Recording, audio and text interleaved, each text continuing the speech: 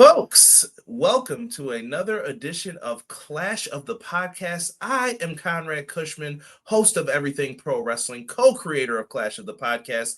Right next to me, right beside me is HW Weekly, aka Sean Hubbard, also co-creator of Clash of the Podcast. We bring you some of the best wrestling talk in about 90 minutes time. We blitz you with everything that's happening in the wrestling news, reviews, previews, anything happening in the wrestling world. Please let us know how we're doing. If we forget something, send a super chat if you want to support. I also tell people, hit that like button for us right away. That's another great way to support us. And Sean, have I missed anything? Because we got a lot to talk about today. We do have a lot to talk about, so I'm not going to belabor, man. You set up the intro beautifully. Chat's ready. I'm ready. You're ready. There's only one thing left to do. Conrad, drop that thing.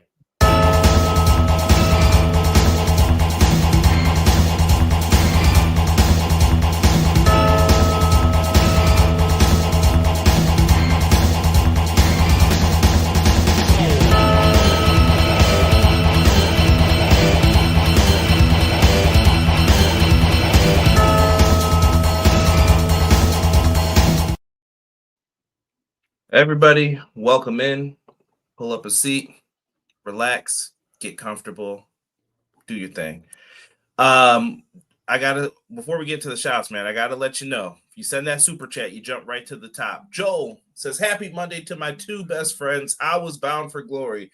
Stick around, buckle up. We'll definitely get into some bound for glory for you, Joel. Joel, what Appreciate up, man? it. Jocelyn, first one in the chat today. Says, afternoon, evening, Conrad and Sean. I'll be asleep, but up here to let you know I'm still around, catching the replay at work like always. Shout out to Keshta. Can't wait to see how Don will use this during Dynamite. You called for it, Santana, Conrad. About time. Everything else was another great week in wrestling. Have fun." Okay, most def. Cleasy, 1-3 easy, 4-2 easy. Was in good. The beezy. A little extra for you today. Right. He said, "Good afternoon, everyone." What up, clown? Appreciate you. Hopefully you got to enjoy some good GCW action this week, and I know they had some good shows. They should sign you up, clown, because you love you some GCW. Big ups to GCW too. Listen, if it's your thing, it's not bad. Oh, I'm not mad at them. I'm just saying they should put them on the payroll. Most definitely. I don't know how much money Brett's working with these days, but yeah. Go ahead, Sean. I'll let you get this one. What up? Quill's in the building. It's the one and only Sir Quills, that is. He says, "What's up, Conrad, Sean, and chat? Your boy Sir Quills is back again to enjoy two of my favorite bros, CJ and Hubs, for episode 163 of the best wrestling podcast out today, Clash of the By God podcast." He goes on to say, "What better way for me to celebrate my birthday one early than with Conrad and Sean, talking some pro wrestling, especially with what went down this weekend, and it could be better with a Bills win tonight." Big shout out to you, Quills, man. We appreciate you. Happy birthday, man. You're a good dude. Yeah, hopefully Bills can bounce back tonight. Insignificant win, but a big win by the New York Football Giants. I lost Malik Neighbors in fantasy. I don't want to hear nothing. No, right I'm not happy about that either. But I'm just saying, we beat the Eagles. Bro, I can't. Does anyone else feel like the last week of football has been a mystery? Like something's weird. If we beat the Broncos this week, I'm gonna think we're in the Jaguars beat the Chiefs, Sean. That's facts. Like, what? Facts. Yo, I don't know what was going on. I'm checking the parlays. That's all I know. Yeah, I know that's right. College football too. I was watching this weekend some of that too. I had to sneak in that Ohio State game, and I was like, man. Yeah, my Notre Dame Fighting Irish are 4-2. Started off 0-2. Now they're up to 4-2. They're rising back up the ranks. The new playoff system means you can lose a couple of games and still make it. Yeah. I told people don't panic too quick on them yet. Yeah. Ray Thompson says, "Happy Monday, guys. Hope everyone had a great weekend." Hope we had a great weekend too, Ray. Thank you, man. And you know what? Double thank you to Ray, because Ray put up a thread in the Everything Pro Wrestling Facebook group. If you're not there, feel free to join it. It is called the Everything Pro Wrestling Facebook group. I had overslept by about 15 minutes, I think. And Ray had a thread up for us already. So much love to Ray, man. Thank you for that. Beautiful. And he talks about watching two of his all-time favorites put on some good matches. We will definitely get into that. And shout out to Santana and Takeshita. I love it. Sean, I'm gonna need you to clear your throat for this next one. Let's do it. Get ready, brother. I'm actually gonna sing it today. I'm not gonna just say it. I'm actually gonna sing it today. That's how good of a mood I'm in. I'm searching for a miracle. I believe the impossible. Shout out to Miracle Man. He says, "What up to my favorite podcast tag team, Conrad and Sean?" As always, looking forward to the two of you discussing some wrestling and with the chat. Side note: it is Thanksgiving for us here in Canada. Salute to our northern neighbors, and of course, salute to the one and only Miracle in the building. Appreciate you, Miracle. We got Vinny. The only Vinny we like. Says, happy Monday, about to get home from DB coaching from varsity football from my old high school. Happy to hear y'all. God bless. God bless you too, brother. Appreciate you, Vinny. Go easy on them kids when they make a mistake one time. I'm just trying to get them a free pass because, I know no participation trophies, man. XG Dub, what up? Appreciate y'all, man. Definitely cooking up some good stuff within the group, man. XG Weezy, I don't know where that just came from. I don't know where that just came from. That was weird. Shout out to XG Dub. That was weird. Sorry. XG Dub tacos in our comment section every time, so it's all right.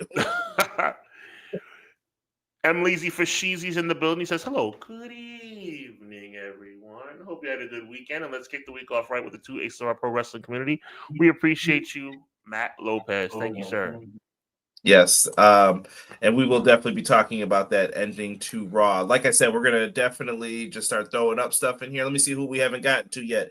BJ says, happy Monday to everyone. It's midterms. Get those assignments turned in, LOL. Hope you all are doing well. We appreciate you, Professor. The Professor. Mike Tenay. Well, this is Juventud Guerrera here. He has spent a decade training in Lucha Libre. that was my guy. And has mastered the Dragon Screw Leg Whip. Guy Will Gamble says, Europe was good, everybody. Appreciate you. Gamble? Appreciate you, man. BJ, thank you for putting in the the little notifications for Nightbot. We appreciate that, sir. T-Ferg said, what's good, fella? Hope everyone had a good weekend. I'm assuming this is going to be a heavy WWE edition today. It's going to be, we're going around the globe today. Everything. That's what she said. That's right. Look at that. McKinney said, yo, I'm here to talk wrestle with the Fire Live chat and my go-to guys for wrestling content. Clash of the podcast, and I'll let y'all know, be there for others, but never leave yourself behind. I finally came up with a nickname I think McKinney will like. The Gem Dropper. What do you got? Never say that again. Here we go.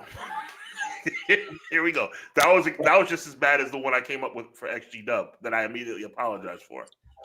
All right. No apologies here. I learned from RJ City. The Young Masters Edition. We'll see if he approves.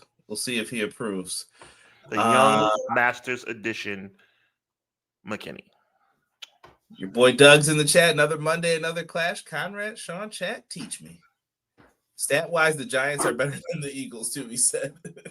Oh, Lord. I wouldn't go that far, but I'll take the win. I'll tell you that much. You know who makes me sick while we're talking football? Sorry, y'all. We got to get in our sports bag while we're doing the intro a little bit, though. Mm-hmm.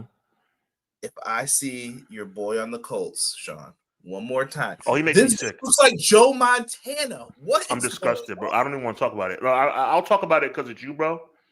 But I'm disgusted. Like, it's like, dude didn't even want to. Something's weird about this. Something's very weird. All of a sudden, he's looking like freaking, like you said, Joe Montana.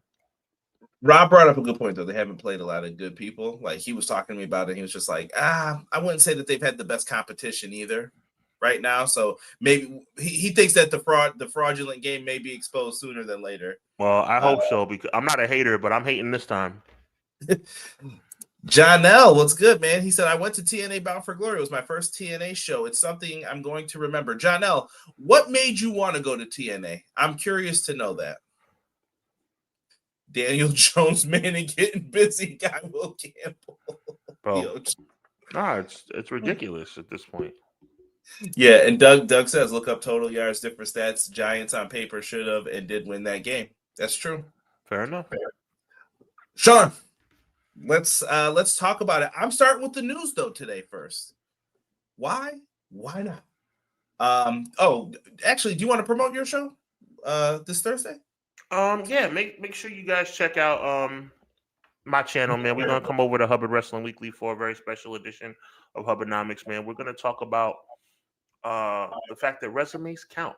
It's a phrase that I have coined here on Clash of the Podcast, and we're gonna talk about how resumes count. We're gonna be discussing world champions that never should have been, as well as those who should be champion and never have been. It's gonna be spicy. That's all I'm gonna say. It'll definitely be a fun conversation. Thursday night, 8:35 p.m. Make sure you tune in, man. It's gonna be crazy. And for us as well this week, I'll get this out the way early as well. Make sure that you guys are over here, subscribe to Everything Pro Wrestling. Dynamite review will not be Wednesday because I got to get some sleep for work. So what I'm going to do is on Thursday, we are going to have the Dynamite Collision all-in-one review with BJ joining me.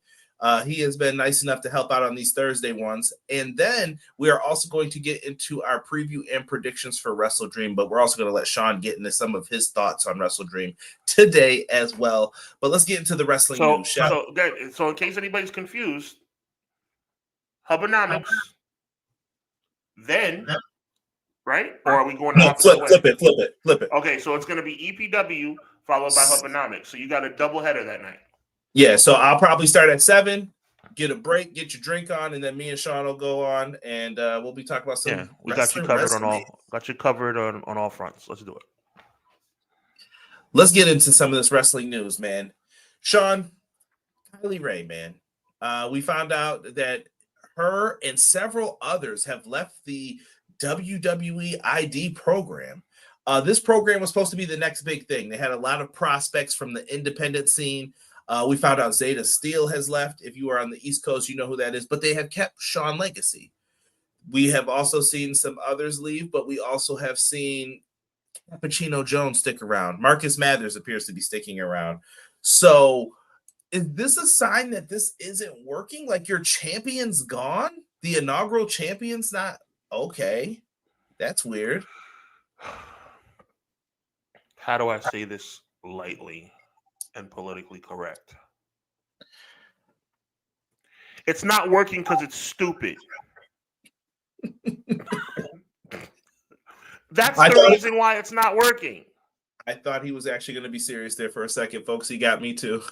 It's not working. It's not working because it's a stupid idea. It was eyebrow raising for all the wrong reasons when it was first announced.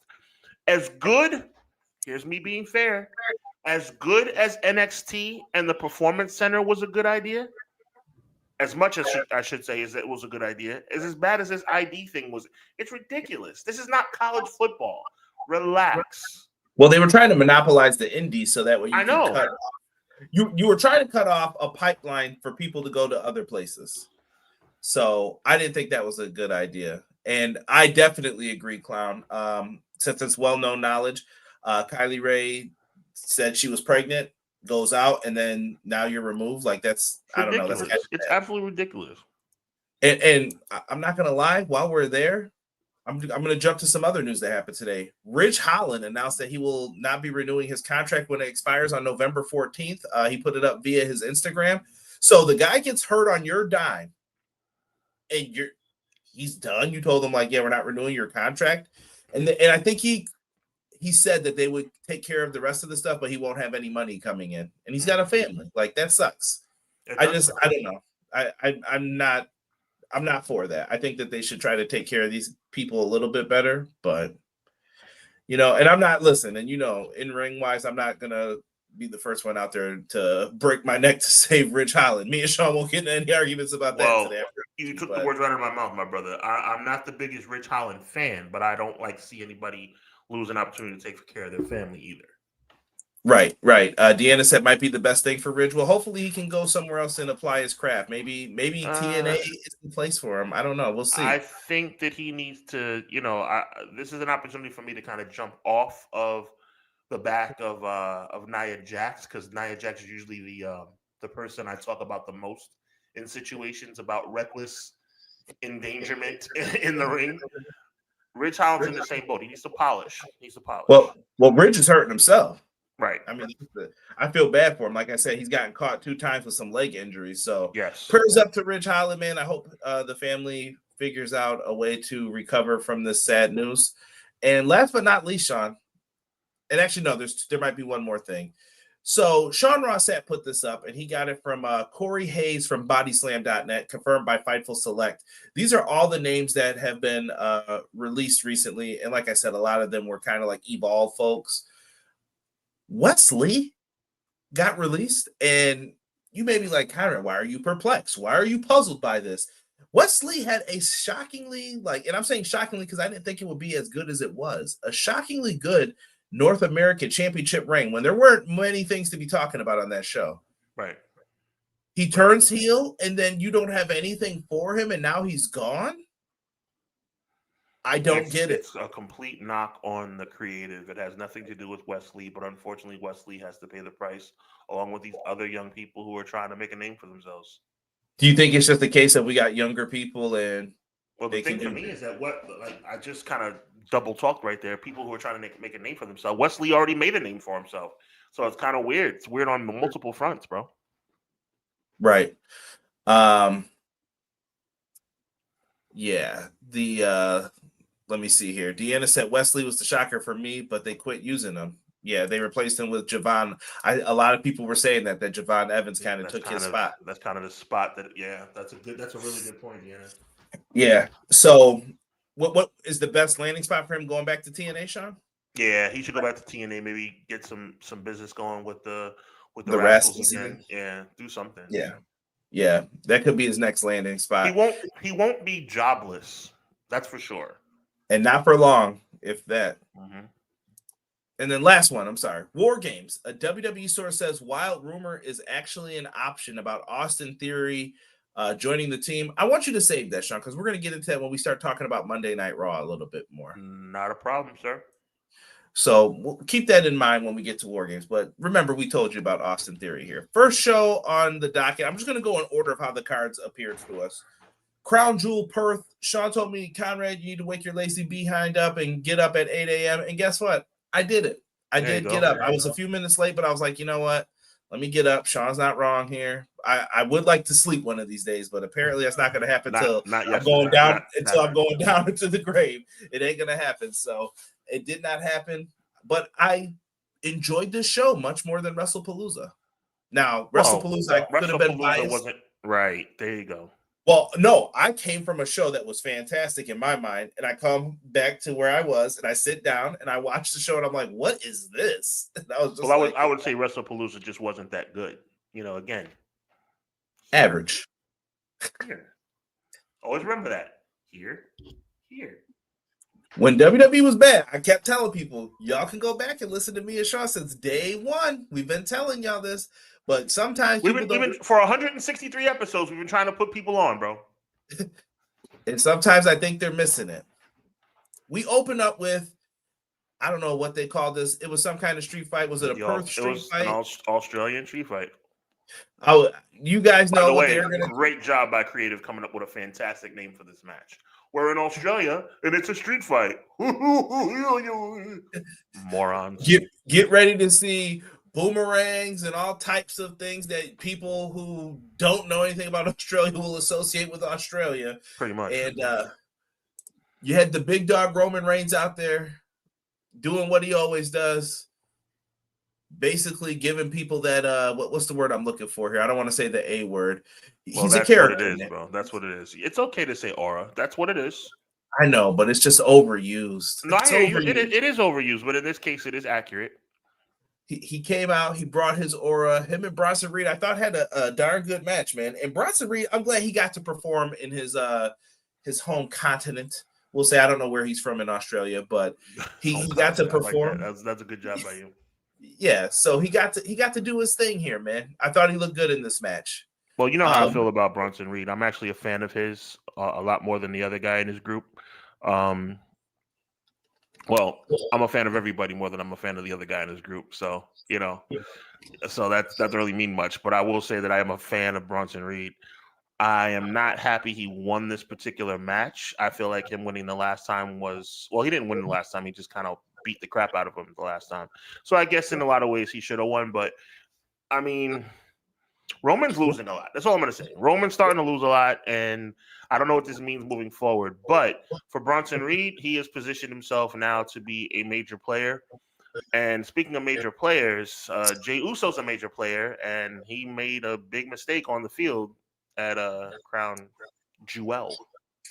Yeah, they Roman told people to stay out of the match, and they ended up getting in there, and I wouldn't say it cost Roman, but it was not good. Roman ate that tsunami, and listen, not many people can say they pet Roman Reigns and Okada. I'm just putting it out there. That's a fact. Look, all I can say is this, man. Like, I don't like what's going on with the bloodline. I don't. It's a mass of confusion. It's a mass of cluster, you know what? And this just added to it. I'm watching this match, and I'm like, as soon as I saw the spear, I was like, okay, it's going to lead to more dissension. Roman doesn't want to see anybody till Christmas, like whatever that means. Like, I don't know if you saw the quote, like, I don't want to see you till Christmas. I love you, but I don't want to see you till Christmas. It's like, okay, like, it's getting corny now. Like, can I actually I can't believe I'm saying this. The bloodline is starting to get corny because of the way they're being booked. Three of the most charismatic, entertaining guys on the roster being booked so poorly that I'm kind of like looking at it like, get them off my TV. Yo, these guys are up here saying the Usos aren't welcomed at Thanksgiving. Right. He said, I don't know if you looked a little lost when I said that. I think, did you hear? You did. Okay, you did. Yeah, I heard what he was saying. Listen, I've been over this bloodline thing, and that could have been from the glazing of it. From many of people, I was just like, look, guys, we're done with this. Shout out to Zach. I see you in the chat talking about some National M&M Day. There you go. Hi, my name is not the candy M&Ms. I don't. All right, let me flip this because I don't want to even get into the Jey Uso thing. Do you feel more confident with the news that has come out about creative stuff? Like, there's going to be some shakeups in creative. Like, are you a believer in this right now? Because I feel like we're seeing different things, but I don't know what's changed. Because Road Dogg's still the head writer. You just think it's tabloids? I think WWE is corny, and I think they dose us a big barrel of corn every week. And I don't see that changing unless the guy with the big nose is no longer in charge.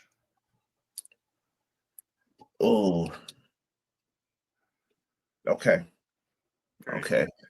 The story has reverted back to the beginning and said Jay has as a world champion. I don't know where we're gonna go with Jay. I'm really confused with this Jey Uso arc right now. Like, I'm lost. I don't know what's Jimmy supposed to do. Roman's kind of just there. Thank God he won that title at WrestleMania 41, because that little 3-month window, I would still be up on my soapbox right now screaming that Jey Uso, and I'll tell you something, Jey Uso may never be world champion again. Yep. Yeah. Honestly, and that's what I thought was going to happen. I told you, I thought they were going to miss the boat and just say, like, there's too many guys ahead. I guess to your point, I got to give you credit. I should be happy that he got those 3 months. Yeah. Isn't it sad that you got to just be grateful that we gave you something? Yeah, I mean, it's like, here, shut up, take this. 100%. You know what? I'm glad Clown brought this up too. Superficial changes. Nakamura got his theme back. A lot of people. Kairi Sane had her theme back today on Raw. Like, the Profits got their theme back. Yeah. What's going on here? It's very simple, my brother. It's very simple. It's about babyface and heel. They wanted to really babyface Nakamura up. That music does it every time. I guess they're going back to the Profits being baby faces because the fans have been responding to them positively. We're not going to do what we've teased this whole time. Like, right. Weird. I just need people to keep that same energy who complain about complaining. Once again, I'm not saying that, but I will look at you sideways if you complain about someone else doing it and not. Right. There's going to be another match where I'm going to bring that up. Sean, let's keep it moving into the next match, man. We did have Tiffany Stratton and Stephanie Vaquer. I'm not going to lie to you, Sean. This was my low point of the night. Okay. This is the weakest match on the card to me. And I don't know if it was Boo Boo Face, which I kind of sensed from the entrance. You know what Boo Boo Face is? No, I'm with you 100%. I will say this. It certainly wasn't good. It wasn't bad either. It was the right person won, but it was mid. It was mid. Yeah. Stephanie Vaquer is out there, and it is clear she is the new favorite, Sean. She's the face that runs the place. They're trying with her. They're doing everything that they can. She's the champ that runs the camp. If y'all can see how I'm looking. Come on, Sean. Come on with this, Sean. Pre-meta, that's... I got nothing. she got the big dub. And I love Stephanie Vaquer, but I'm not real big on Tiffany Stratton anymore. I'm just waiting to see what obstacles they put in front of her, and we haven't gotten to that point yet. I'm just curious to see like who's her feud going to be with. And once again, we're in this weird cycle with the women's division, Sean, where it's like she probably needs to get set up for a match with Rhea Ripley, but you don't want to do it too soon, so you're waiting for that big moment to do it. But you got to get through all that sludge. I just think about that one match where we did the whole Snap Famous. I don't want to do that right now to anybody, but it made me think of that when we couldn't figure out like what's her name? Who's in that match? Zoe. Chill. No, get well soon. I'm just kidding. but it just like, why are we wasting our time with this? And I hope we don't do that again here. Like, we have plenty of people in the women's division I think are credible. Right. So, yeah, I'll leave it on. People said that Hunter was going to, no, he was just being overly, That whole forehead to forehead thing that he does with the women is cringe, bro. That might just be his dad thing. I don't know what he's doing there. His dad thing. You know how dads like that. Conrad, don't do that. Don't do that. Triple H is a creep. Triple H is a creep. Cut it out. I don't. Cut it out. You don't have to go forehead to forehead to congratulate someone. Give the girl a hug. Well, number one, that's too close for me. I don't like that. But you're a married man. There you go. If it's too close for you, it should be too close for him. I'm talking about I'm not talking about marriage. I'm talking about even coaching. Back up, bro. Oh, fair enough. Right, fair enough. I'm not a big like hugger and all that stuff with all this. I'm like, all right, bro. Thank you. I appreciate it. Copy. I feel you on that. But we'll see what happens with them. Thank you, MJB, for the updates with Rich Holland. I hope there's not more releases. I saw what you had put that he just said something on his social media. Let's get into this next match. Now this is the next match here, and I'm going to say something bad. I promise you after this, it's all going to be favorable, at least for me. Keep that same energy when stories. I heard somebody say that this match didn't need a story, and I agree with that. This match didn't need a story because it's all based on past history. Sean, if another company did that, and it doesn't have to be AEW, it could be anybody. Rip to shreds, right? Rip to shreds. Just wanted to point that out. Where's the story, bro? John Cena and AJ Styles have a storied history. I'm totally cool with that. They can tell a story in the ring. This was their love letter to pro wrestling. And I did see some people questioning how this should have been done or whatnot. I didn't mind it. I liked it. I like callbacks and things like that. And you can do them here and there. Every match doesn't need to be this, but when it's the right moment, and this felt like the right moment to do it because they are a product of what? The early 2000s, that whole scene. Yep. AJ Styles. They're 05 babies, man. 05. Yeah, that was their peak, man. And AJ came out in the TNA shorts. The hair looked weird still to me with this, but you know what? It was good to see AJ Styles out there doing this thing, man. He wasn't going to get a haircut. It would probably feel weird to see AJ with short hair, man. I can't even remember the last time he had short hair. Now that's going the extra mile. If you got the crew cut for that, oh my, yeah. Yeah, that would have been too much. They were going to do that. But we saw callbacks here to Chris Jericho. Funny enough, they mentioned his name. Keep an eye on that in the next couple months. Mm-hmm. We saw one for The Miz. We saw one for the Miz, the accolade even for what was it, Rusev? We even saw the Bray Wyatt one. Definitely got me a little bit because then they put up the phones and then he did like the little nod up. Cena's so good, man. By the way, if you haven't seen Peacemaker, check it out. RKOs, and then we even had a choke slam for the Undertaker. Hats off, man.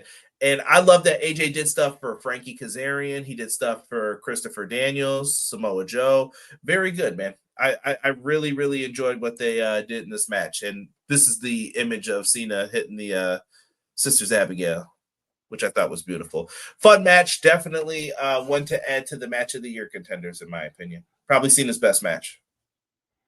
I'm going to say something about a John Cena match that I've never said before in my life. I loved it. Really? I absolutely I have been trying to nitpick this match for the past 2 days. What can I say bad about this yellow shirt wearing loser? But I'm starting to respect him, bro. As he walks out the door, I'm starting to respect it. And that match was an instant classic. I have nothing negative to say about this match. With Cena, for me, sorry, back to a little negative. Sure. I will always respect Cena for the work that he put in, but I will never respect how, like, I'm never going to lie to people and be like, oh, no, he was so great back then. No, we were sick of him. We were sick of him. We were. Yeah, and you didn't give anyone else a chance. And is that all John's fault? No, but I'm sure he didn't make it better either. I'm sure he wasn't in there. And to your point, you rode hip hop culture all the way to the top and then abandoned it once you got there. Yeah, and I think that they should have fought harder to at least keep the hip hop element in there. He didn't have to curse and all that stuff. The show was PG long before. SmackDown's rated TV PG back then. Yep. So what happened? Yep, exactly. But it magically just disappeared, and he never went back to it unless he wanted to make for a cool moment. So I didn't like that. But I'll say this: John Cena, that arena was filled with those shirts. Filled, Sean. 100%. I was like, are they giving these things away for free or what? I would love to see the merch check from that one. He got his aid, I guarantee that day for that show. When that check clears, it's over. I mean, it was massive. I can't lie. Queen of the Indies, what is going on, Tiff? Appreciate you. AJ Styles was just on IWTV with short hair. Yo that logo for Tiffany is amazing. Jen Carter said, "Hello, Conrad and Derek. What up? What up, Jen? My name's not Derek." Listen, Jen, KJ, this is Sean. Sean, good friend. I'm just nothing but love for my guy Derek, but I'm not Derek. We don't know where Derek is tonight. He's somewhere in the streets right now. Yo, shout out to what's her name? Jen Carter. Jen Carter. We appreciate you being here, but the name is Sean. Nice to meet you. What's going on here? Rob, thank you. That was true. He did go down on the chokeslam. He said that was a chokeslam for Big Show, by the way. Maybe it was. Maybe it was for Paul White. But either way, the tributes were good. Cena is my era's Hogan. I always have said that, Vinny. I promise you. That is so true. It's not about any company. It's about Hall of Famers. Had any lesser wrestlers tried, the crowd would have been hijacked. Could be right. Maybe. But you could always tell that stuff, though. AJ looked weird with the trucks again with long hair. I said the same thing, Vinny. Same thing. Hey, I know Maria. That's funny. Small world, Tiff.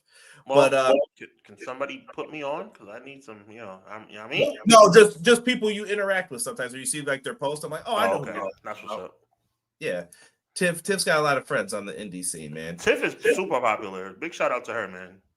Yo, for sure. Yeah, but great match, and shocking enough to say, me and Sean enjoyed it. So if you thought we were coming here to slam dunk on it, we did it. Oh, that was top 5. Going into this next match, the Kabuki Warriors taking on Io Sky and Rhea Ripley. I thought this was a fine match. I don't have any complaints about it. It was a match. It sucks when you're the come down match, is what I'll say. That's what she said. It was okay. They came in, did their best.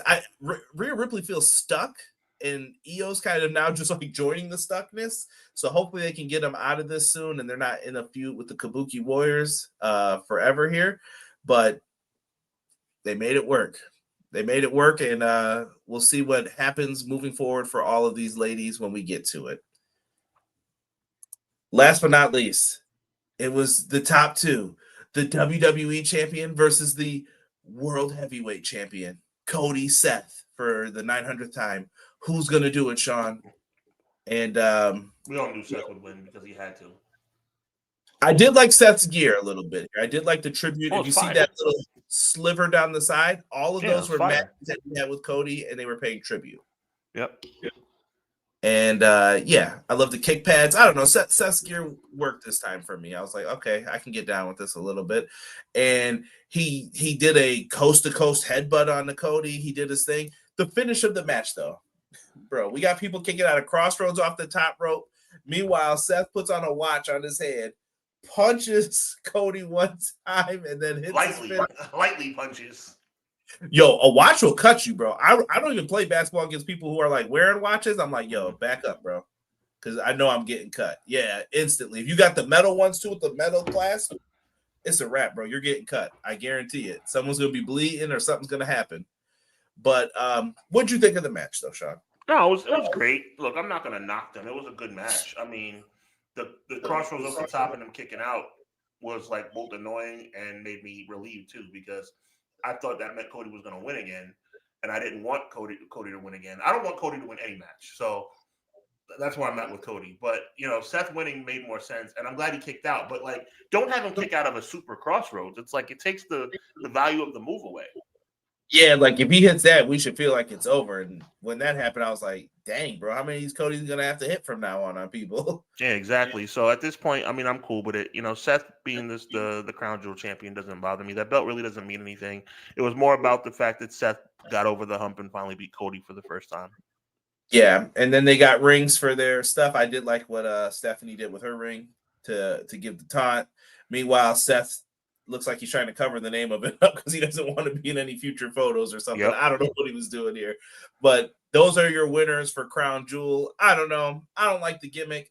What would you give this show overall, Sean, if we're looking at you? Well, Cena and AJ was A+. So I'd give the match a B. I mean, I'd give the show a B. I would go B+.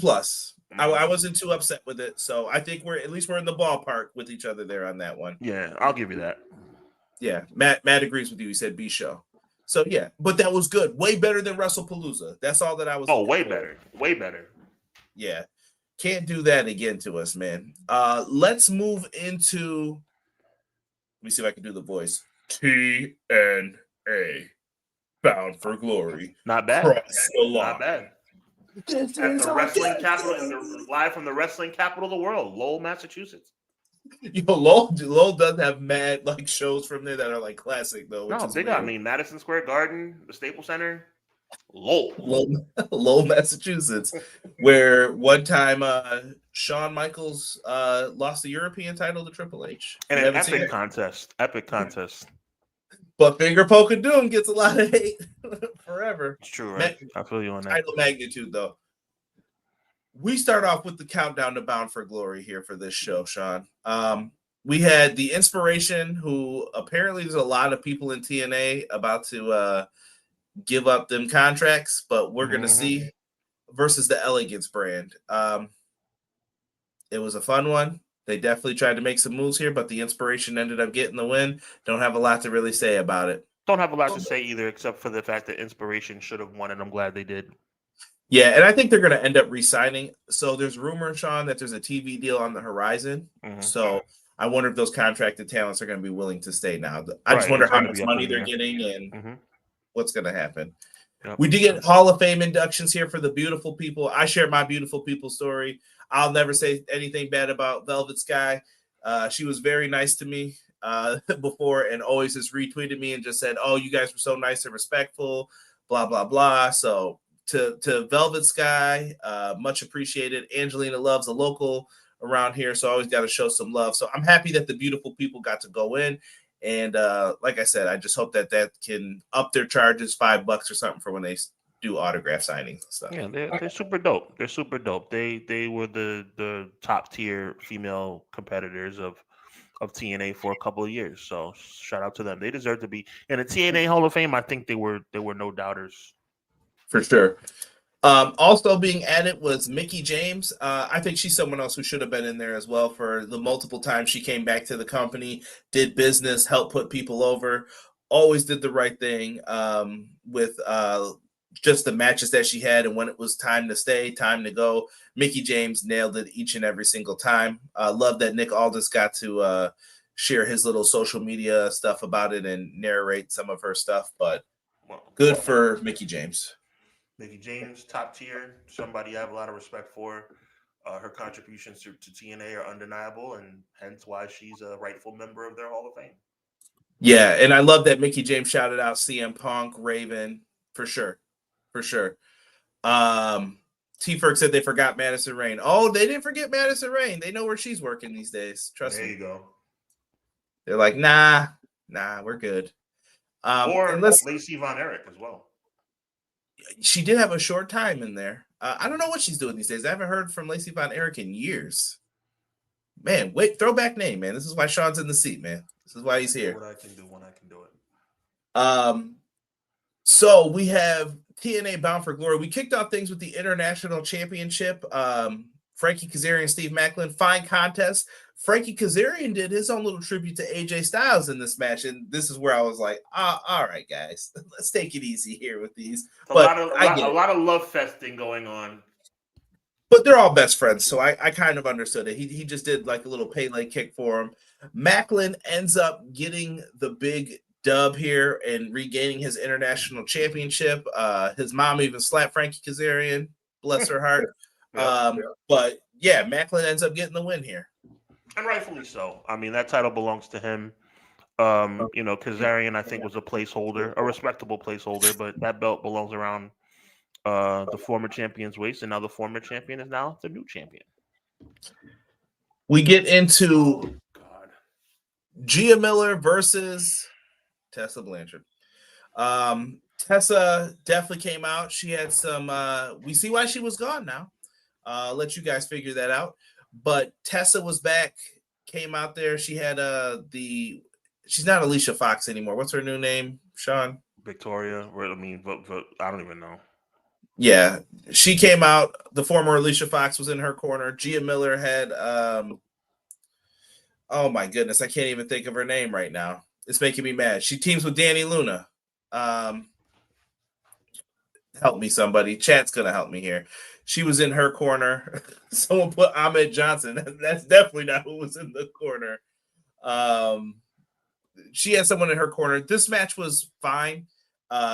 Gia got to go out there on a bigger stage. For people who don't know, Gia does wrestle, so she got to go out there and do her thing. But I never for a second believed that she was gonna win. So I was right about it. It was Victoria. Okay. Thank you, Ace. Jody Threat. Thank you. Shout out to you, Ace. Yeah. So I don't know, Sean. Shout out to Quilly for making Victoria the last name, Victoria Crawford. Thank you. Yes. Tessa hit her with a roll of quarters for the win. I don't even know where she pulled that roll of quarters from. Maybe it was from the enhancements. Maybe that's why she got him to pull those quarters out. But it's whatever, man. I don't know. I couldn't care less about Tessa Blanchard, and I'm very disappointed in Victoria Crawford, and I'll leave it at that. Yeah. And you know what? I won't leave it at that. I won't leave it at that. Let me little. We all know the deal when it comes to Tessa Blanchard, right? Now, to me, all I'm going to say is this. If I know that Conrad Cushman is a terrible person,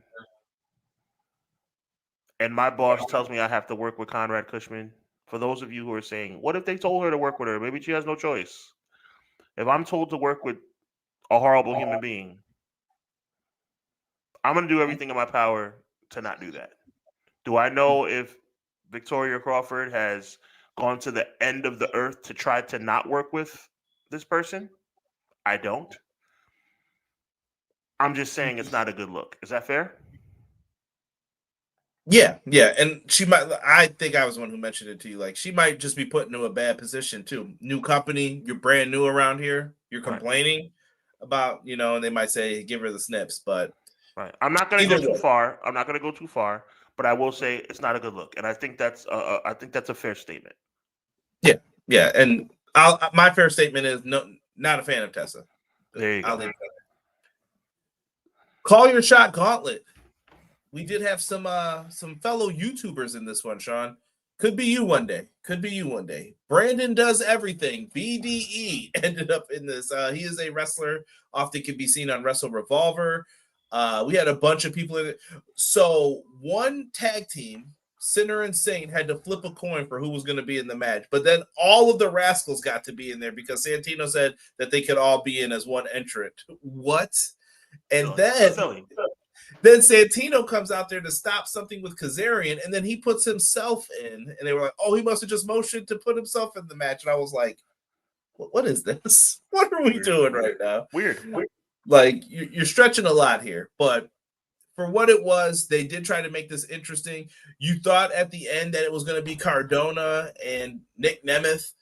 Nope, Frankie Kazarian hit on the outside the whole time, so it came down to Frankie and Nick Nemeth. And let me tell you something. Nick Nemeth is here to show the world. He's here to show the world. Come on. In the day, that was my guy, bro. That was my guy. I used to cheer I love for him. Dolph Ziggler, man. I still love Dolph. The issue is it's hard to cheer for someone that you know is just not. That's right. I agree. Similar to me now with Jey Uso, it's getting really upsetting every week. They did the double pin thing where they do a double suplex and then they both raise their legs up and both refs counted 3. And this was convoluted for no reason. And I was just like, okay.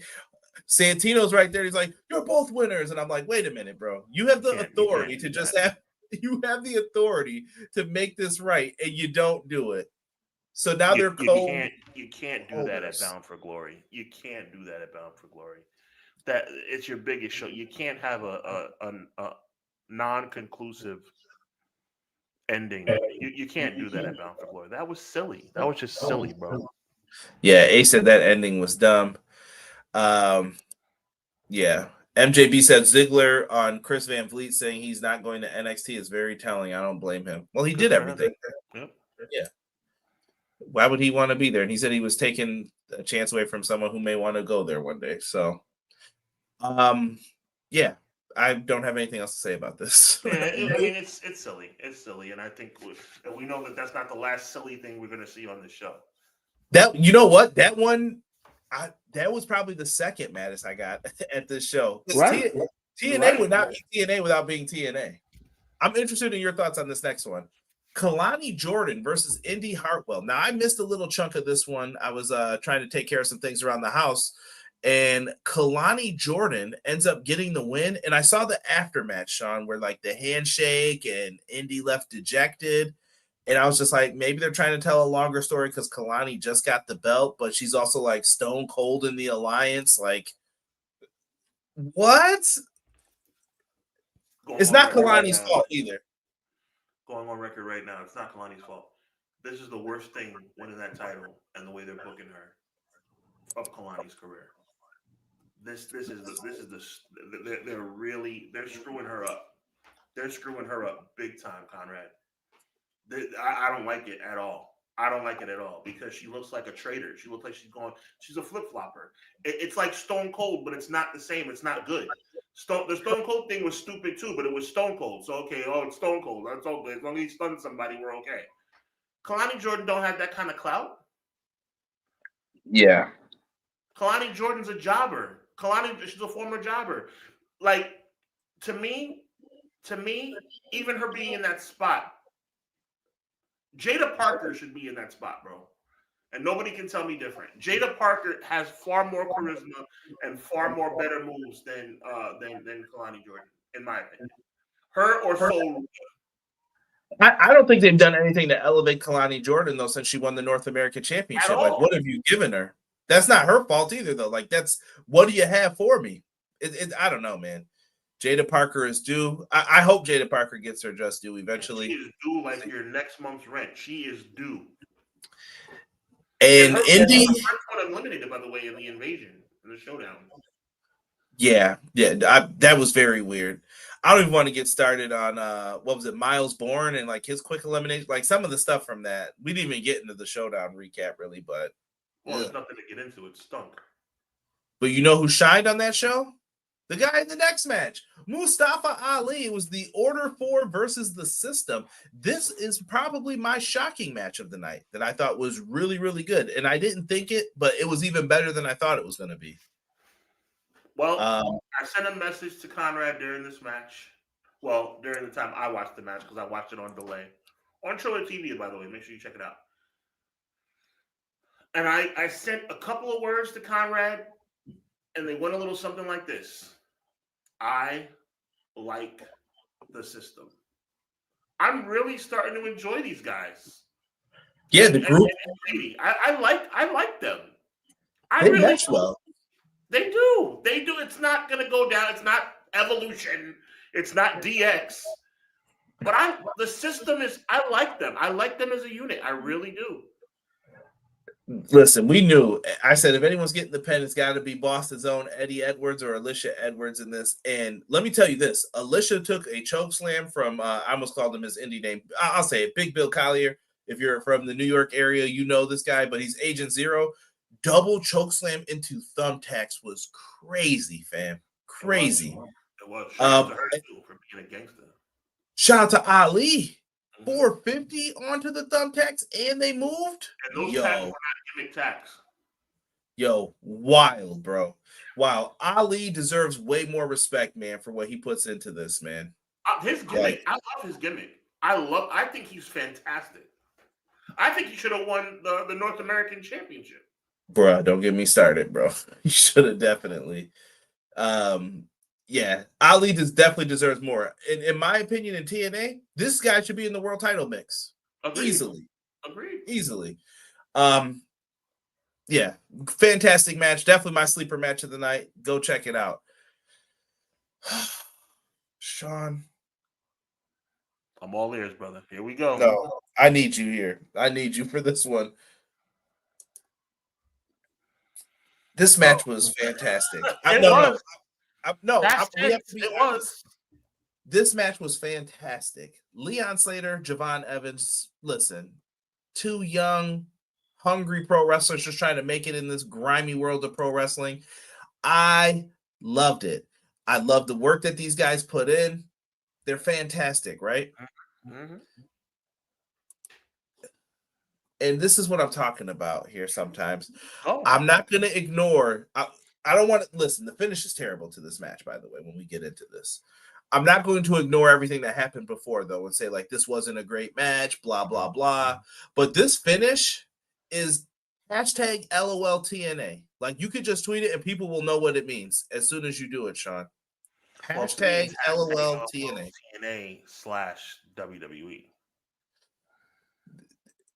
But TNA just, they gave you a gift, bro. I get you didn't want to beat one of these guys, but a 20-minute time limit draw is the first thing that they came up with. Like, oh no, Santino comes out and says the match is going to continue.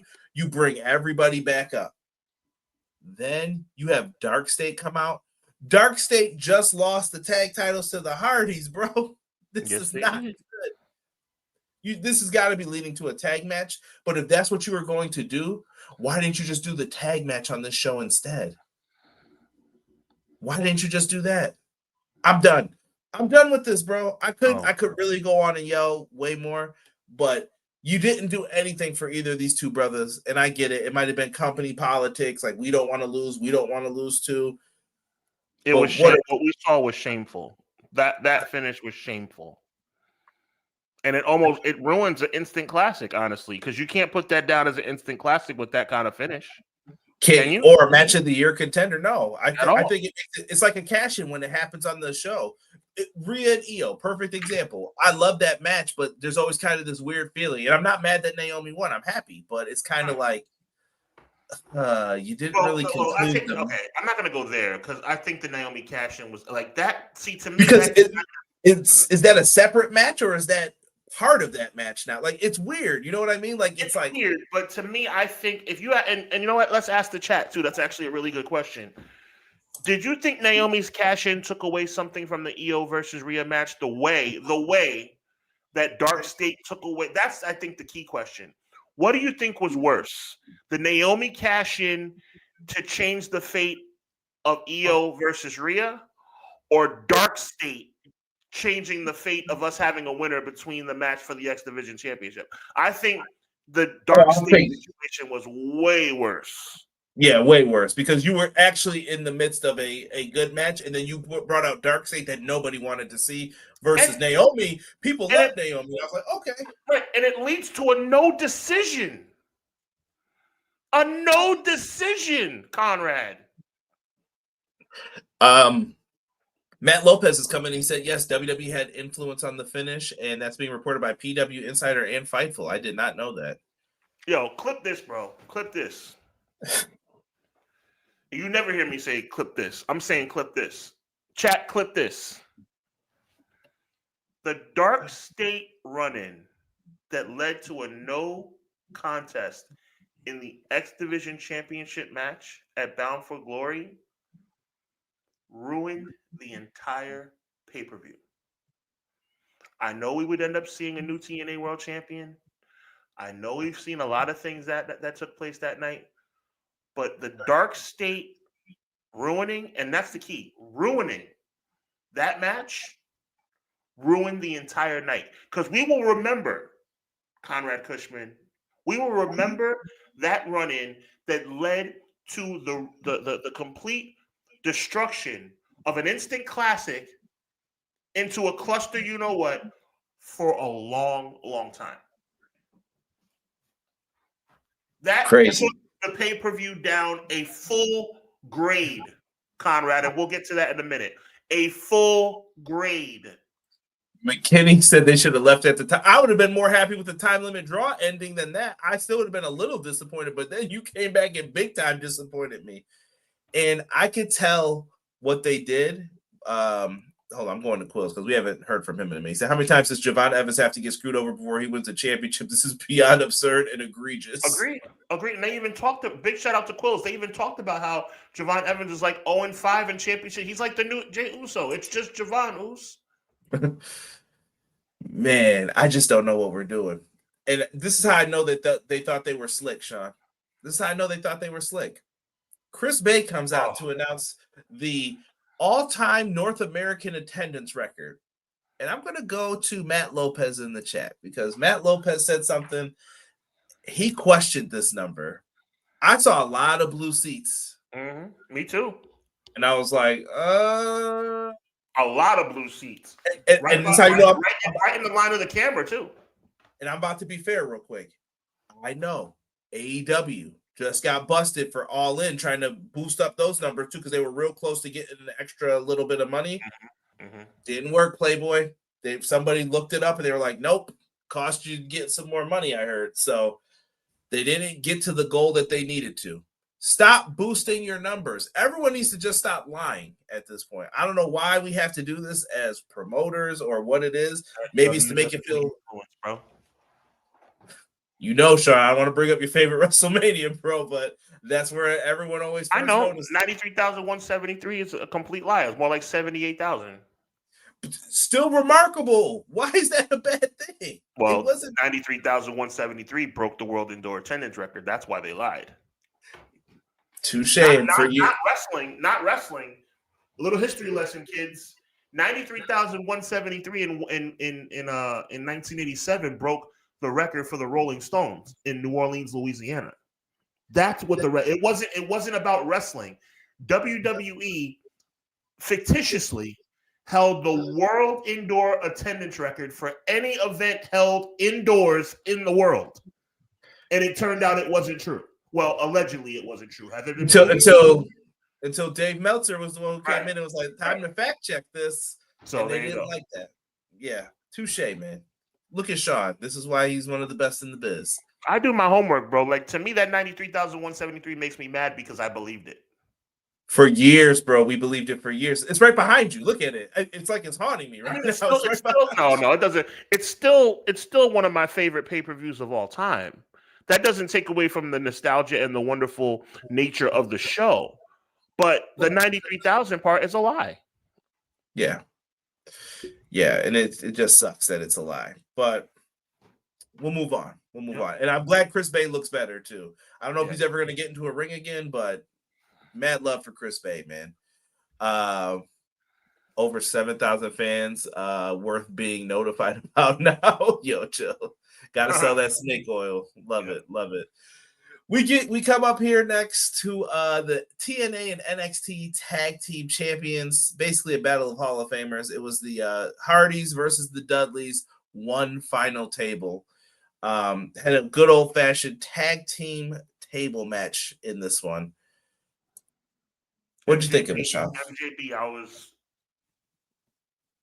8 months old. When that happened, I was a month old. There you go. There you go. So here we go. I'm gonna say something that's gonna bother some people. Might bother you, Conrad Cushman. I thought the match was terrible, and I don't think that we should be mad at him that it was terrible. Devon was out of shape. I'm out of shape. I'm not knocking him, but Devon was out of shape. Bubba Ray was out of shape. Matt and Jeff, we know, are on that. It wasn't. I don't think this match needed to happen. I think you can give people their flowers without saying, let's go through tables in order to do it. I love nostalgia. I think I love nostalgia even more than you. But you have to get to a point where you realize that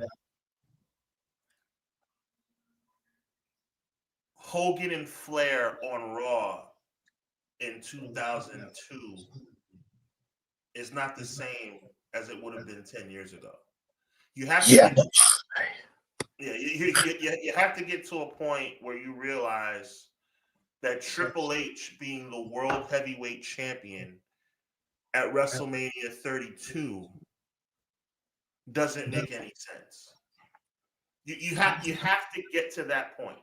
So for me, I was watching this match and I was appreciating the memories. But you know what went through my mind for most of the match? I just was hoping nobody would get hurt. Yeah, I was scared for Jeff when he did the classic one that he always does. Yes. Why does Jeff Hardy need to jump off these ladders still? There you go. He does not need to do this. It is not necessary. Now, what happened beforehand, meaning the entrances, the announcements, and what happened afterwards was amazing. Can I throw some shade? Sure. Why do they have to be called Team 3D if you have a working relationship? They couldn't have just been the Dudley Boys tonight. Facts.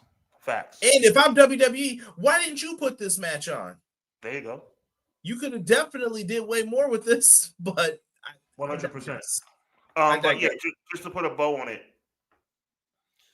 I love what happened before the entrances. I love what happened afterwards with the symbolic passing of the torch. The in-ring retirement. Great job, Conrad. That's why you're the best in the business. But the in-ring action didn't do anything for me. As much as I love these two teams, and shout out to Edge and Christian as well, it didn't do anything for me other than make me worry that somebody was going to get injured. Does that make any sense? Yeah, no. You just don't want to see like people you grew up watching get hurt before a paycheck or whatever you're out here doing this for. Devon worried me too after he did that spot. I was like, I hope Devon's all right. Like the way he got into the ring, if he was selling, remarkable job of selling Devon. Right. But I don't think he was selling. yeah, I was just like, man, I hope he's all right. And then the passing of the boots kind of made me like, man, it's really over for them. I think the Dudleys are done. Shout out to Jesse at Pro Wrestling Shoot. He's laughing at my saying passing of the torch. Look, we can say what we want to say about the Hardys being older as well. And I agree. The Hardys are the reigning NXT and TNA World Tag Team Champions. I mean, how realistic and how understandable that is, we can debate that till the cows come home. But the fact is, they're the reigning NXT and TNA World Tag Team Champions. Am I right or am I wrong? Correct. So, you can take them passing the torch as a joke all you want. I think passing of the torch is usually reserved for like old veteran passes on to the new guy. Agreed. But what I'm saying is they literally passed them the torch in their boots. Yeah. They basically handed their boots over to him, which was crazy. Rob brought up a good point too. WWE didn't want to be responsible for one of these old wash fools destroying themselves. Yeah. And shout out to Clown as well. They're also the reigning brand new House of Glory Tag Team Champions. Funny how when other people are on title expeditions, it doesn't bother people. Aha. Interesting. Yeah. Just saying. Good point. For people listening on audio, Conrad just did the Monet dance. I'm just saying, man. I'm just letting you know. It's kind of funny. Right. Kind of funny. Yeah. It was what it was. I don't know. I think I went in with low expectations for this one. So and Conrad, to give it even more context, my brother, when the match was announced, I was like, ooh, 2025 table match, Hardys and when the match was announced, I was kind of like, and they came out like the Dudleys. They had the Dudley music. Why couldn't they be just called the Dudleys instead of Team 3D? I guess they're trying to keep that mystique. Like, we're not really working together, so right, I'm just like lame indeed. Oh, and a small Conrad complaint about TNA production. Why are you playing the Hardys music as Devon and Bubba Ray are taking their final walk? The camera is on the Dudleys as they're leaving, and they're playing Hardy music. That's a strategic mistake by production. Yeah, I couldn't. Did you pick up on that? I'm like, this is weird. And as a matter of fact, I'll take it a step further. I'm gonna give you the floor. Didn't it look like? See, I think Devon was just ready to get out of there. Devon was extremely tired. Bubba Ray if you look at Bubba Ray's face, Bubba Ray looked a little confused. Because I think Bubba and Devon were waiting for them to play their music. And it felt very weird, the whole, like, how Jeff was interacting with the fans, and I don't know. That just felt off to me at the end, but... Yeah, bro. Wait, what is this? Hold on, I'm going to Miracles thing real quick. I like Mercedes, however, let's be real. Only gas 10 belts in the literal sense, literary sense.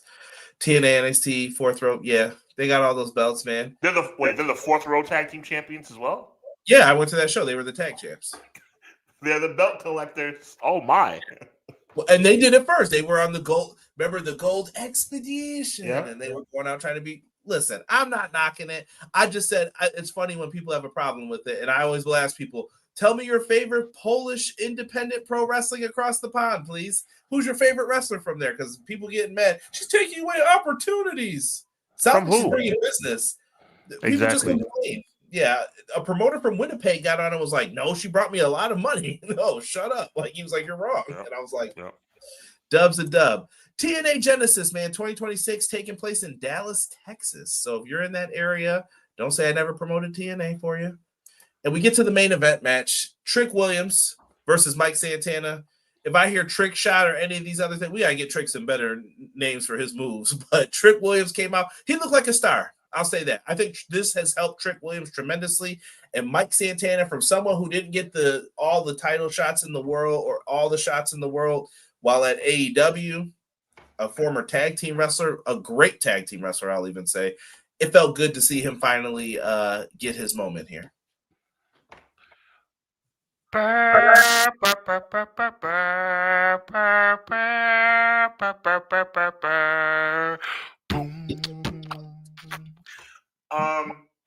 was wrong. You need Booker T for that too. It always feels weird. Every time I'm just like, oh yeah, man. Yeah, I was wrong. I'm happy I was wrong. Maybe WWE does have a soul after all, because I thought for sure Trick Williams would walk out with the belt. Santana got his moment. I love that for him. The moment with his daughter was, as a parent, obviously, that's amazing. And it felt real to me, by the way. It felt very real to me. So big shout out to him. But yeah, WWE actually did the right thing. And notice I'm saying WWE. That's not me forcing it. That's me being real, bro. That's the way it flows. It's like I feel like this was a WWE event. Even the way the aisle was set up, where people walked to the ring, I felt it was really WWE-esque. Like WWE in like the early '90s, that long ramp. That's right. Curve. That's right. I'll say this too for the TNA show as a whole. Like, I thought that they did a good job putting this together. And what you said was true about the main event. If I would have saw Ricky Saints help him get the championship, I would have called that a big mistake. Not let him do it on his own. But they didn't go that route. Thank goodness. Mike Santana just straight up beat Trick Williams here. Hit him with that spin the block. Look at Ace, man. Look at Ace. WWE doesn't own TNA yet. Okay. All right.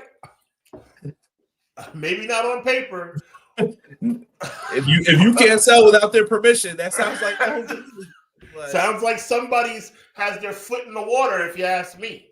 But okay, okay, Ace, I hear you. We'll see. I'm interested to see what that TV deal is. I'm still going with the CW.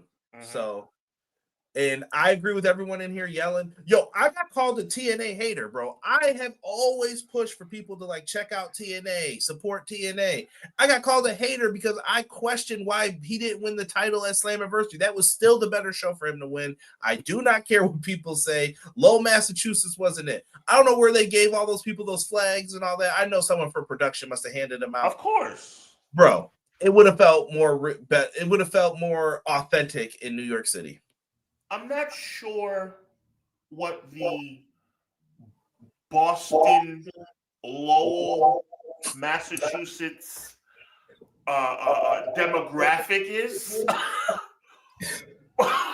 You know where I'm going here? A lot of Puerto Rican flags in the building for Lowell, Massachusetts. That's all I'm saying. It's something I don't know, man. It was not saying that there couldn't be Puerto Rican people in Lowell, Massachusetts, and there were Puerto Rican people in the crowd. I'm just saying, I haven't seen those flags at other times when they've been in Lowell, Massachusetts. All those times. The guy will get says, "Ain't no bodegas." If anyone's from Boston, please let us know, or Massachusetts area. Yo, please let us know. If Puerto Rico's in the house as it relates to Lowell, Massachusetts, and the Boston, greater Massachusetts area, please let us know. T Ferg says, is it me or does it seem like all of WWE, NXT, and TNA champs are former AEW talent, women and men? I mean, is Mike Santana really a former AEW talent, or is Mike Santana from somewhere else? Like this I get into that debate with people all the time. I'm like, well, where are they really from? I don't assign homes to people. Like, look, you're on that roster right now. You're doing your thing. So as far as I'm concerned, TNA gave him his first shot. Good for him.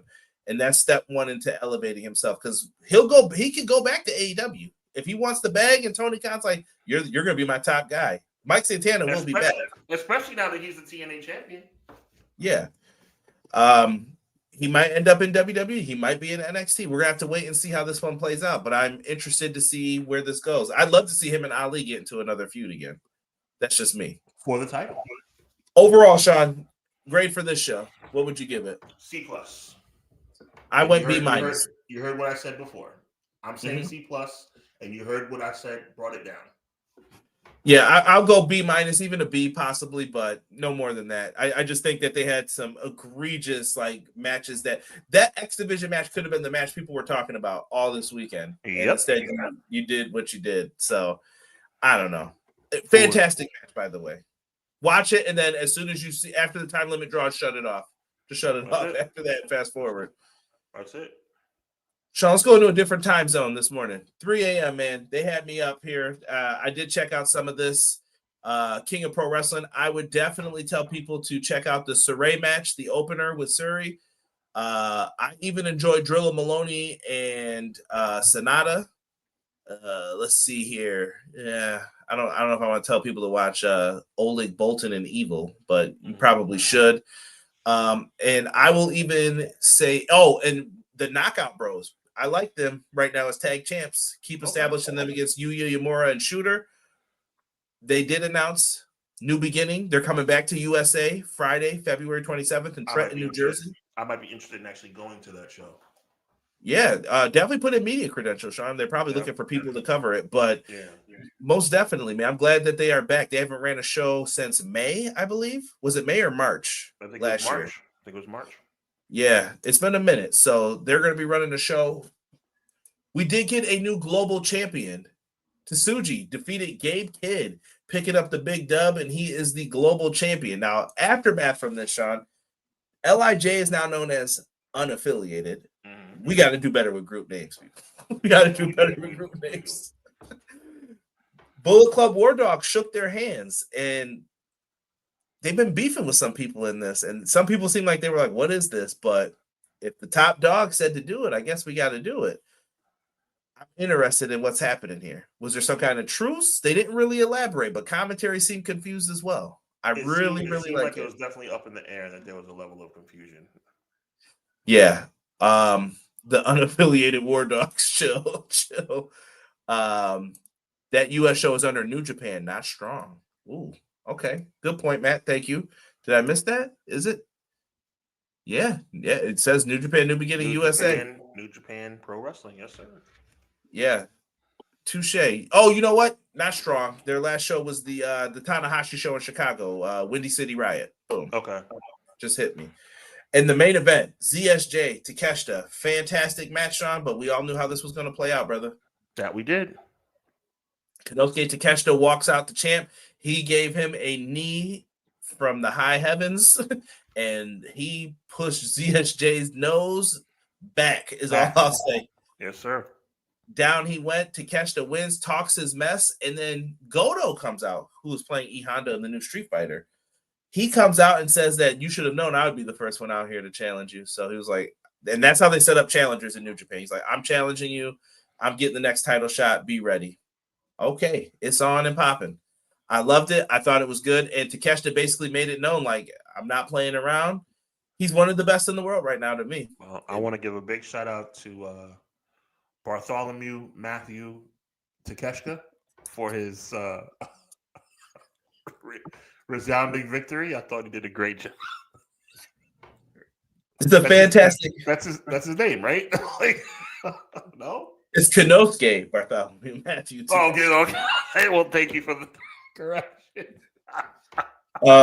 I'm interested to see where they go with this. It sounds like that is not the Wrestle Kingdom match, so I don't know if they go Okada here. I think New Japan has to figure out a way to make Wrestle Kingdom deliver. I know they're in the process of trying to like get everything back in order. Like, who do we push? Where do we go? They're in transition mode right now, but I mean, by all means, make sure Takeshita is still the champion walking into that event. Yeah. I'm waiting to see Okada stare at that New Japan title. He might.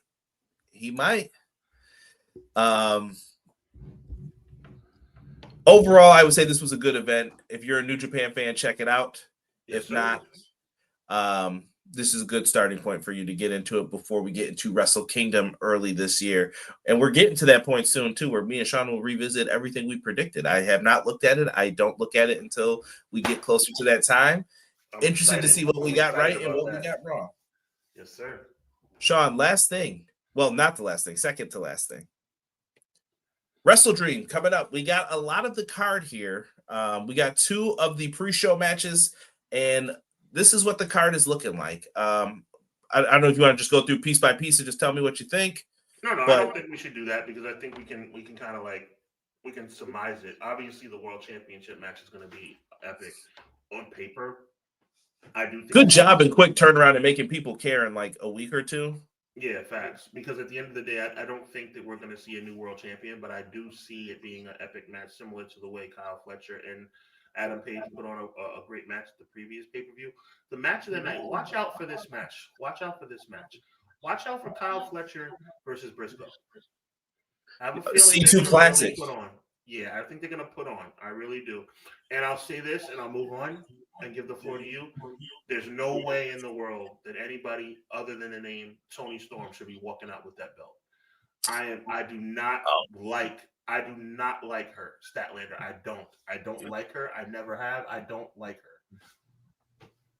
don't know what they're going to do with that one. That one's a mystery to me because I feel like Statlander has another story that's brewing, but we haven't gotten to that point yet. So, right. And they've been doing this for a long time. So when are we going to get to that point? I don't know if now is the time. Right. We also have that right there. Sean, do you watch AEW? Every single week. Brodito taking on Konosuke, and Okada should be interesting and a banger. I'm hoping Bandito's not hurt. He was walking around in the sling after his match with Hechicero. Had a shoulder issue, it looked like, in his match. Could we see the title change? Perhaps. Could be. John Moxley and Darby Allin. That looks like it's going to be a fun one. An I Quit match. I don't know what they're going to do. Darby has to win this time, I think. This is going to be insane, though, Sean. Like, it is. If he's bringing out torches and all this stuff, that to me, these two have no ends, and this is going to be your hardcore match that if you're into it, you're going to love it. I like these usually. Some people don't. Where's this show going to be? Say everybody to St. Louis. Okay, so this is going to be a St. Louis street fight. Yeah, it's just an I Quit match, Sean. Just an I Quit match. I thought we were naming all the matches after the C that we're in. Listen, Idiots. Tony Khan did put $500K on the line. The Young Bucks taking on Jurassic Express. I was wondering why they were wearing those weird glasses. It was for being the elite this week, bro. They filmed them beating them up. They were like, check us beating them up in Google Meta glasses. So that should be an interesting matchup here to see what's going on with them. I've heard some interesting theories about Jungle Jack Perry and Luchasaurus, that maybe Jack Perry is using Luchasaurus as well, kind of like how Frankenstein did. I don't know. Are we gonna act like Jack Perry wasn't like the biggest a-hole in all of AEW like 2 seconds ago? Well, did you see him and Kenny got into it still? Kenny still doesn't like him. Yes, exactly. And I love that. I love that he's like, no, I still don't like you. You helped beat me up. I love when we don't act like we forgot, bro. Yeah. Like Andre the Giant's never been slammed by Hulk Hogan or anybody else. Andre the Giant was slammed like 30 times. Kamala did it. Exactly. Give me a break. Oh, but they weren't going to give any credit to Kamala. Thekla and Jamie Hayter. To me, this is going to be a match that sets up possibly the women's blood and guts match in North Carolina happening shortly after this in the next month. And then we also have the Hurt Syndicate versus the Demand. This is they're 1-1. This is the rubber match. They hurt people. Can't wait to see who pulls out the W in this one. And then we also have I don't know what they're calling this one. It's their pre-show brawl. I think it's going to be on TNT. You're going to get FTR versus Jet Speed. Should be a fine match. And then we also are getting Megan Bain and Penelope Ford taking on Willow Nightingale and Harley Cameron. Probably a little preview into the women's tag team action that we're going to see. His name is Jack Perry. We're going with the JR here. I think they're calling him Jungle Jack Perry again. There you go. The tailgate brawl. Thank you, Matt. Slipped my mind. So they're going to be doing that as well. I haven't seen how this is presented yet, so I'll be interested to see how this is presented on TV. Looks like a fine event, and I'm sure me and Sean will be talking about that next week for everybody. Yeah, I might go live. I might go live at some point during this pay-per-view. I don't know yet. Okay. And then real quick before we get out of here, Sean, got to talk Raw. Oh, not all of Raw. The main event. Got to get your thoughts, brother man. What did you think of the main event? Of course, we had a triple threat match for the number one contendership. CM Punk is the new number one contender for the World Heavyweight Championship. Please end this feud. That's coming from me. Like, please end this feud. But how did you feel here on this one, Sean? I had to work a little bit today. Came home early. Get a text message from Conrad Cushman. He says, make sure you remember Raw's on 8 o'clock, I'm like, okay, I'm on my way home to watch it on delay right now. He says, my mind is blown. You'll know why. And I sent him a voice note, guys. I sent him a voice note. And I said, the fact that you're saying your mind is blown, I have a feeling something happened. And I have a feeling of what may have happened. And that is that somebody that the whole world is thinking is the next big thing perhaps turn on his leader. But I hope that's not the case, because if that's the case, that means everybody was right and that guy, who I think is a complete moron, is going to ascend to the main event. I'm watching the show. I have 10% hope that Jey Uso might be the new number one contender. I knew it was going to be CM Punk. I'm not an idiot. The Vision comes out. They beat up everybody. They're playing Seth Rollins music. By the way, the Vision have a Titantron now. So we all know, just like AJ Styles and Chris Jericho, when you come out with a t-shirt or a Titantron, that means the team's going to be together forever. And I see Braun Breaker run across the ring at 316 miles an hour and cut Seth Rollins in half. Not only that, I'm going to pick it up for you here. After he gets into Bronson Reed's face and says, look, he squashed Jimmy Uso earlier in the night. And he said, look, either you're with me or you're against me. And he went up to the top rope and he splashed Seth again. This goes back to what we said from the beginning. And then Paul Heyman got yoked up. And then this is the last image we get, Sean. And you know what all this also means? This also means Seth Rollins is a babyface again. So now you have babyface Punk versus babyface Seth. Bet you didn't even think about that.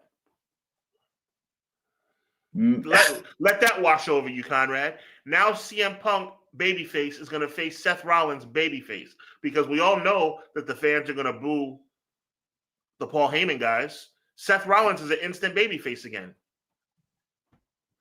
WWE makes no sense, bro. I know when y'all hear me say Brock Lesnar, WWE doesn't make any sense. It's stupid.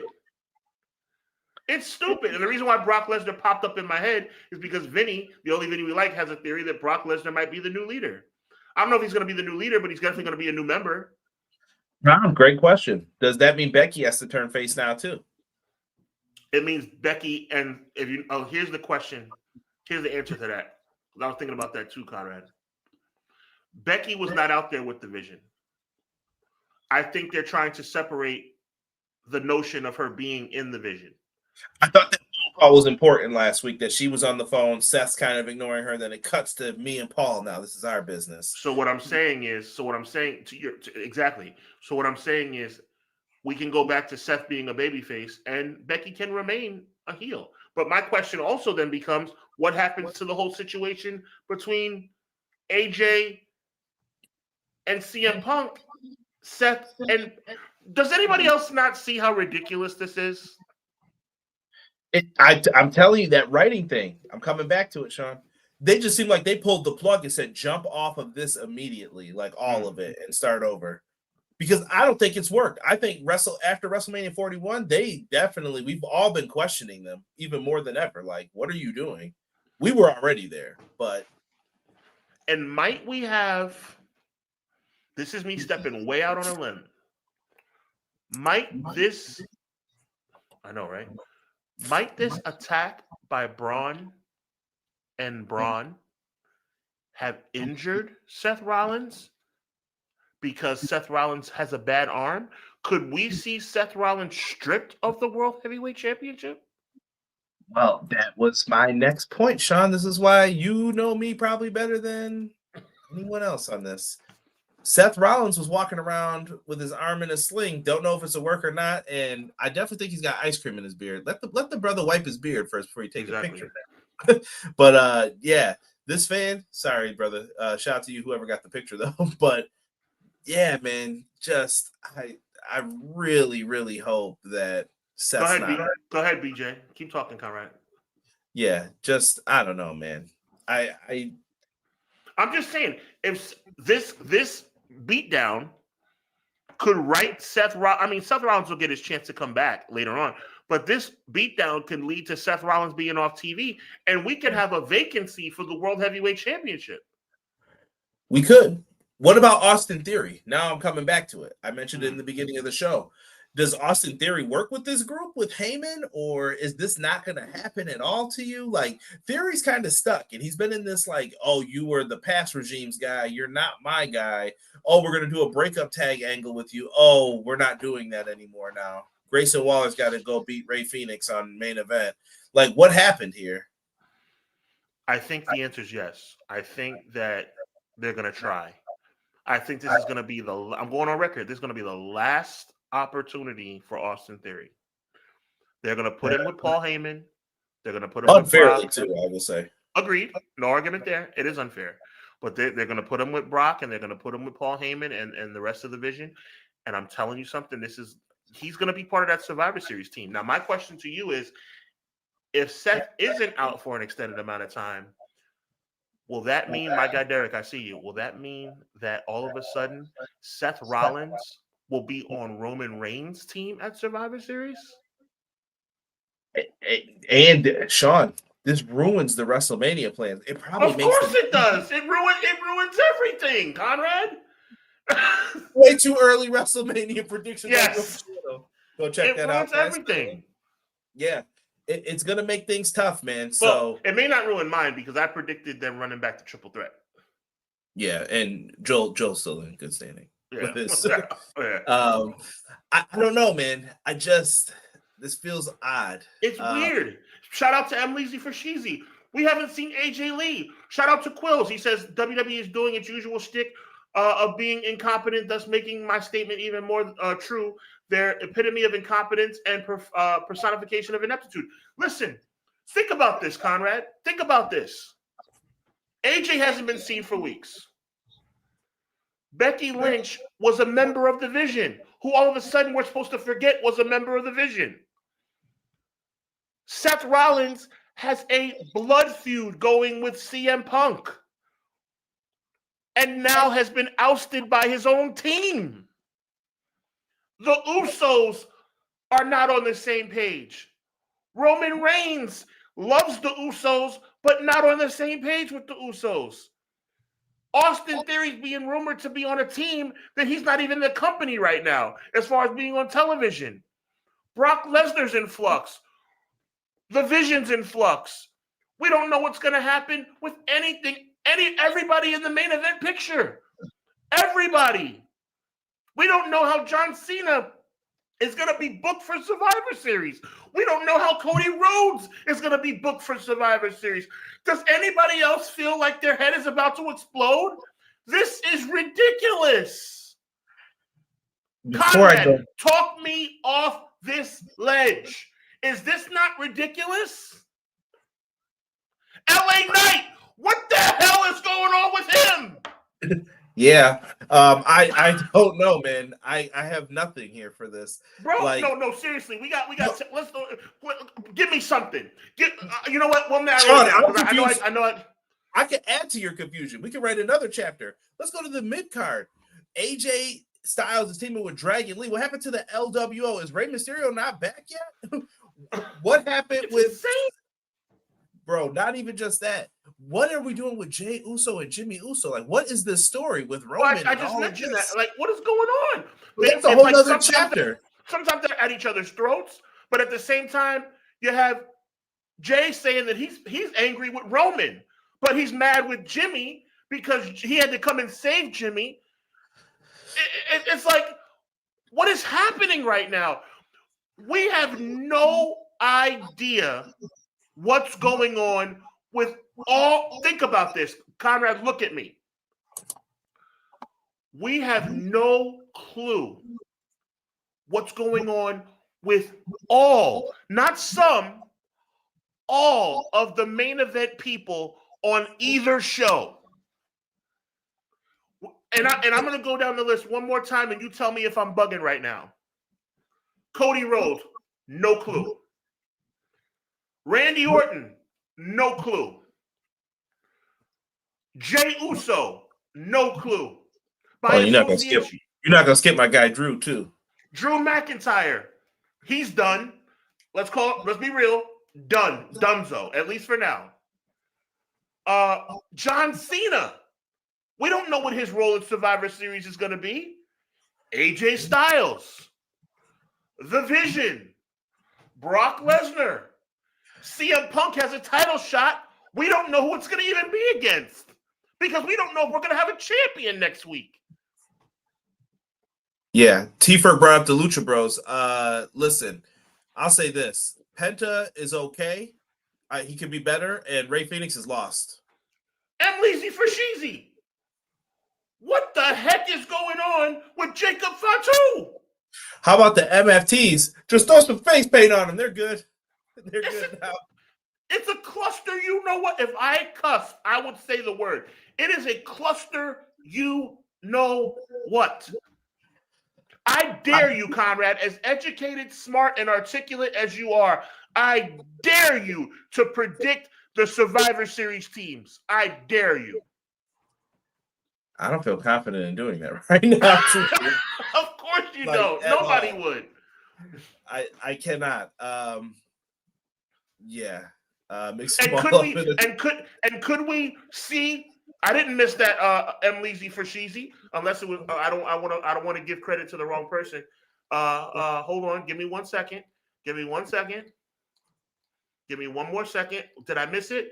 I want to say it was M. Leezy for Sheezy, but I don't want to give credit to the wrong. It was Emily. What? Maybe the War Games' match is going to be the MFTs versus the Wyatts. I hope not. Please for don't. all we know. Please don't. Please don't. Let's go to BJ. BJ said he had an idea here. If the way we got to AJ versus Cena was AJ talking about bad creative and Cena putting it onto the fans, did the storyline write that the creative is bad, or did they just admit that creative was bad? WCW 2000. I hear you. Yeah, man. That's like I said. If other companies, and I'm not just AEW, if another company did this, we'd be hearing about how they don't have stories. Cut that crap out. That's all I'm gonna say. War Games has lost the plot. War Games only needs to be done when you need War Games to be done. That would make it more exciting when you announced it. Yeah. Sean, I'm gonna predict the Survivor Series teams right now. This is a nice way to close it out. Okay. No rhyme or reason to it whatsoever, by the way. None. I'm gonna say Roman, maybe John Cena, Jey Uso, LA Knight, and Seth Rollins because of what we saw today. Bro, I'm gonna piggyback off of this. I'm gonna go Roman Reigns, CM Punk, Jey Uso, LA Knight, Jimmy Uso. I think we're gonna just have to write Seth off. Seth is gonna be. So you think Seth is hurt? You think Seth is gonna be gone? Yeah. I didn't bring this up to you. Some people think that this is a ruse to make you think that he's out again, and he's gonna be like, "Ha, we fooled you again." I mean, maybe, but at the same time, maybe, but are we gonna do that again? And even if he's doing it again, he still got ousted by the Vision. Yeah, and excellent point. Miracle brought it up. They said that apparently they think Dom's going to face Cena for the IC title at Survivor Series. Maybe so. I'm just saying, bro. And on the other side, I think the other side is pretty obvious. I think the other side is going to be Brock, Braun, Austin Theory, and I don't even know. Maybe you tell me. Drew's the only one that makes sense. And we could have put Cody with them too. We didn't put Cody. Awkward. Bro, there's certain that I'm gonna give you some credit for something that you said. It's actually gonna backfire on me. I love not being able to predict the show because it makes it more exciting. But in situations like this, it makes it ridiculous. It makes it absolutely ridiculous. We are a month away from Survivor Series. I can't if my life was on the line, I could not tell you definitively who I think is going to be on that team, except Roman Reigns. You know what? Let's put it to the listeners. If you're listening to this afterwards, I want to hear your Survivor Series team as of today. Tell me who the Survivor Series War Games match would be for you for the men's side. And keep in mind, you got to remember, because I know it's still fresh, Seth Rollins got beat down by the Vision. So he's not going to be on the Vision team anymore. And that was almost a lock. Am I right, Conrad? Seth was going to lead his team into Survivor Series. Not no more. Oh, and Matt brings up Saturday night's main event is on November 1st. Okay. So Lord they got have mercy, time here. man. Let us know, man, what you guys thought. Sean, take us out of here, my brother. Make sure you guys check me and Conrad out on Hubbernomics this Thursday night, 8:35 p.m. Before that, so let's reverse it. 7 p.m., right? 7 p.m. on right here at Everything Pro Wrestling is going to be Conrad and Derek doing their AEW. BJ. Oh, shout out to BJ. Professor BJ is going to be in the building. So BJ and Conrad right here on Everything Pro Wrestling at 7 o'clock. Then right after that, tune in to Hubbernomics on my channel. It's going to be a doubleheader on Thursday night, starting at 7 and continuing at 8:45.